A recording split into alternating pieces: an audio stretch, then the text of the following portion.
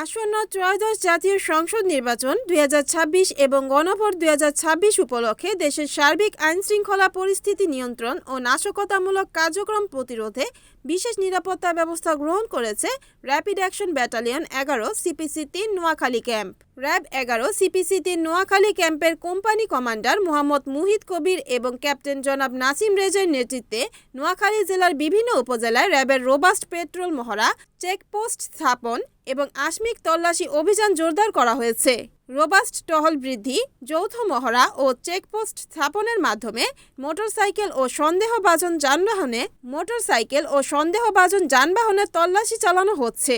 এছাড়া জেলার প্রবেশমুখ, কেপিআই, গুরুত্বপূর্ণ মোড়, বাস টার্মিনাল, রেল স্টেশন ও বাজার এলাকায় নজরদারি বাড়ানো হয়েছে।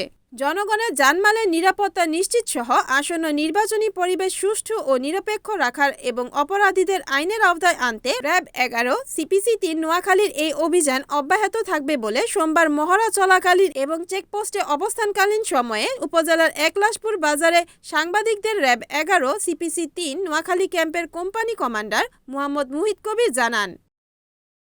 আমাদের যে কনভয় প্যাট্রোলিংটা ছিল, এটা হচ্ছে র্যাব ১১ পক্ষ থেকে এটা রেগুলার কার্যক্রমের একটি অংশ হিসাবে আমরা আজকে দেখেছি। এটা আমাদের এখানে ৫টি সংসদীয় আসনে র্যাব নির্বাচনকালীন মোতায়েন হয়েছে। নোয়াখালী এলাকায় ইতিমধ্যে নির্বাচনকালীন সময়ের জন্য র্যাবের যে মোতায়েন কার্যক্রম সেটা সম্পন্ন হয়েছে এবং আমাদের বিভিন্ন এলাকা ভিত্তিক আমাদের যে রোবাস্ট পেট্রোলিং কার্যক্রম আছে, যে 5টি সংসদীয় আসনে ইতিমধ্যে চলছে।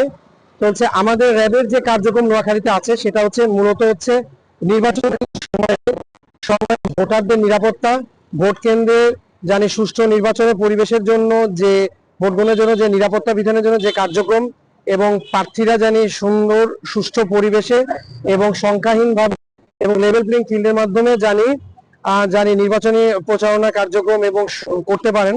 সেই প্রেক্ষিতে র্যাব নির্বাচন তফসিল ঘোষণার পর থেকেই কার্যক্রম করে আসছে এবং আমরা বিভিন্ন সময় এখানে বেশ অনেকগুলো অভিযান পরিচালিত হয়েছে এবং যারা নির্বাচনকালীন সময়ে নিরাপত্তার জন্য হুমকি হয়ে যাইতে পারে তাদেরকে যথাযথ আইনি পদক্ষেপের মাধ্যমে থানায় হস্তান্তর করা হয়েছে এবং অস্ত্র উদ্ধার কার্যক্রম হয়েছে, পরিত্যক্ত অবস্থায় অস্ত্র উদ্ধার হয়েছে এবং বিভিন্ন জায়গায় সাঁড়াশি অভিযান হয়েছে, যৌথ বাহিনীর সাথে অভিযান হয়েছে। বর্তমানে আমাদের কাছে যে তথ্য আছে, নির্বাচনে সুষ্ঠু, সুন্দর এবং অংশগ্রহণমূলক হওয়ার জন্য লেভেল প্লেইং ফিল্ড নোয়াখালী অঞ্চলে এখন পর্যন্ত বিদ্যমান আছে এবং আমরা সম্পূর্ণভাবে এখানে আমাদের যে টহল কার্যক্রম চলমান আছে এবং এটা নির্বাচনকাল এবং নির্বাচন পরবর্তী সময় পর্যন্ত নিরাপত্তা বিধানের জন্য আমাদের এই প্রচেষ্টা চলমান থাকবে।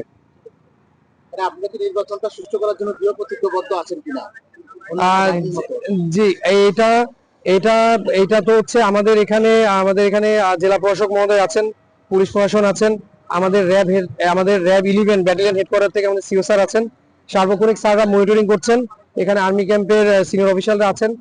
সার্বিকভাবে মনিটরিং এর মাধ্যমে, কোঅর্ডিনেশনের মাধ্যমে, সমন্বয়ের মাধ্যমে এবং তথ্যের ভিত্তিতেই আমাদের কার্যক্রমগুলা চলছে আর কি। Report Mohammad Suman Bhuiyan, NAN TV, Noakhali.